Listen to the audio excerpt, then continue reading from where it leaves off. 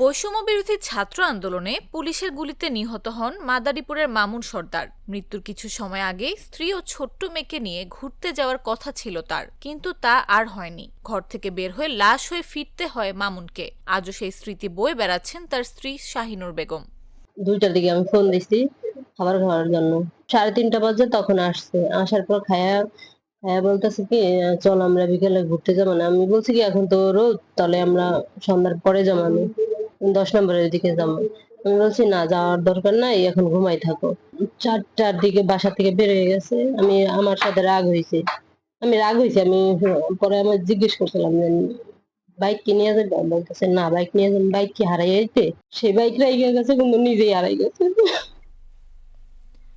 খোঁজ নিয়ে জানা যায় মাদারীপুর সদর উপজেলার ঘটমাঝি ইউনিয়নের ঘটমাঝি গ্রামের আবু তালেব সর্দার ও ইউনা বেগমের ছেলে মামুন সর্দার। 4 ভাই ও 5 বোনের মধ্যে তিনি ছিলেন পঞ্চম। ঢাকার তিতুমির কলেজ থেকে বিএ পাশ করেন তিনি। এরপর ঢাকায় একটি কোম্পানিতে চাকরি করেন।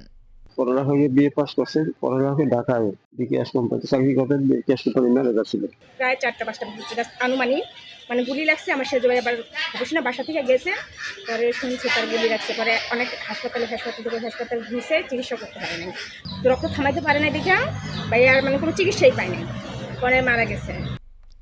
স্বজনরা জানান, বৈষম্য বিরোধী ছাত্র আন্দোলনের শুরু থেকেই অংশ নেন মামুন সর্দার। 19 জুলাই দুপুরে খাবার খেয়ে বাসা থেকে বের হন। যাওয়ার সময় স্ত্রীকে বলেন, বিকেলে তোমাদের নিয়ে ঘুরতে যাব, তাড়াতাড়ি রেডি হয়ে থেকো। এরপর বিকেল 4টায় ঢাকার মিরপুর 10-এ আন্দোলনরত একটি মিছিলে গেলে পুলিশের গুলিতে প্রাণ হারান মামুন।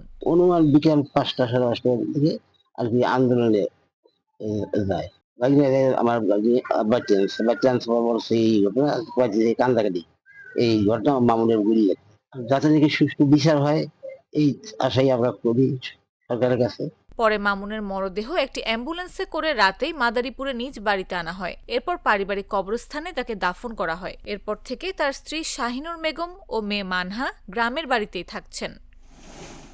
ছেলের শোকে আজও ভেঙে পড়েন বাবা আবু তালেব সর্দার। তিনি জাগো নিউজকে বলেন, আমার সন্তানদের মধ্যে মামুন ছিল সবচেয়ে বেশি মেধাবী, পরিশ্রমী ও প্রতিবাদী। আজ সেই সন্তানকেই আমার হারাতে হলো। তাই যারা এই হত্যাকাণ্ড ঘটিয়েছে তাদের উপযুক্ত বিচার চাই।